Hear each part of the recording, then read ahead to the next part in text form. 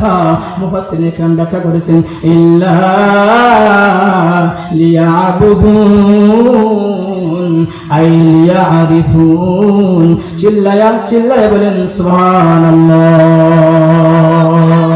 আল্লাহ বলেন ওমা খালাকতুল জিন্না ওয়াল ইনসা ইল্লা লিয়াবুদুন। ইল্লা লিয়াবুদুনের ব্যাখ্যা মুফাসসিরিন ইকরাম বলেন ইল্লা লিয়াবুদুন আই লিয়ারিফুন। যারা আল্লাহর ইবাদত করবে, আল্লাহর গোলামি করবে, আল্লাহর কুদরতে সিজদা করবে, ইল্লা লিয়াবুদুন আই লিয়ারিফুন।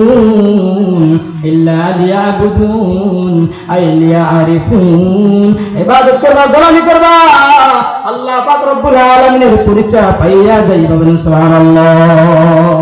ইল্লা লিয়াবুদুন আই লিয়ারিফুন। আমরা আল্লাহ তাআলাকে বলবো ও মাওলা, ও রব্বুল আলামিন। আমরা আল্লাহকে প্রশ্ন করব, আল্লাহ আপনি বললেন ওমা খালাকতুল জিন্না ওয়াল ইনসা ইল্লা লিয়াবুদুন। আপনি মানুষকে জিনকে বানান নাই মারামারি কাটাকাটি অন্যায় কাজ করার জন্য। আপনি বললেন ইল্লা লিয়াবুদুন, আপনার গোলামি করার জন্য, আপনার ইবাদত করার জন্য, আপনার দাসত্ব করার জন্য। ও মাওলাই করিম, আমরা যদি আপনার গোলামি করি, আপনার ইবাদত করি, আপনার কুদরতে সিজদা করি রে মালিক, আমাদের কি লাভ হবে? মুফাসসিরিন ইকরাম বলেন ইল্লা লিয়াবুদুন আই লিয়ারিফুন। ইবাদত করবা, নামাজ পড়বা, গোলামি করবা, আই লিয়ারিফুন, আল্লাহর পরিচয় পাইয়া যাইবা। বলেন সুবহানাল্লাহ। আল্লাহর আবার প্রশ্ন করবা, আল্লাহ বলেন আল্লাহ। ও বাবারা আর বলেন আল্লাহ আল্লাহ। বন্ধুগণ আমার, আল্লাহ তাআলাকে প্রশ্ন করবে, আল্লাহ তোমার ইবাদত করব, তোমার পরিচয় পাবো, আমাদের লাভ কি? আল্লাহ বলে বান্দারে ইল্লা লিয়াবুদুন আই লিয়ারিফুন, আমার পরিচয় যদি পাইতে পারো বান্দা শোনো, আমি আল্লাহ তাআলা আমার কুদরতি বলে তোমাকে টেনে তুলে নিব। বান্দা এটা শেষ নাই। আল্লাহ বলেন কিয়ামতের ময়দানে বান্দা তোমার জীবনের সমস্ত গুনাহগুলো মাফ করে আমি আল্লাহ পাক রব্বুল আলামিন তোমাকে জান্নাত নামক নিয়ামত দান করব। সুবহানাল্লাহ।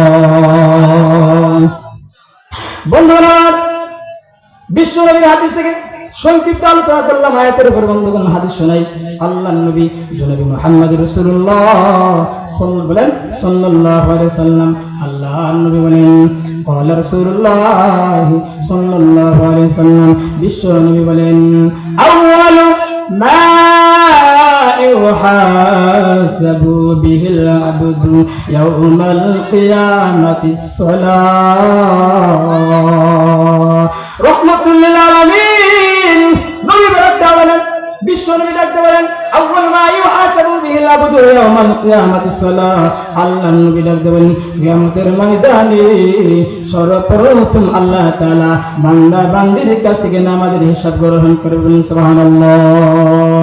বন্ধুগণ, এই হাদিসের ব্যাখ্যা বন্ধুগণ মুহাদ্দিসিন ইকরাম ব্যাখ্যা করেছেন আউয়াল মা ইউহাসাবু বিল আবদু ইয়াউমাল কিয়ামাতিস সালাহ ফাইন সালুহা সাইর আমালুহু।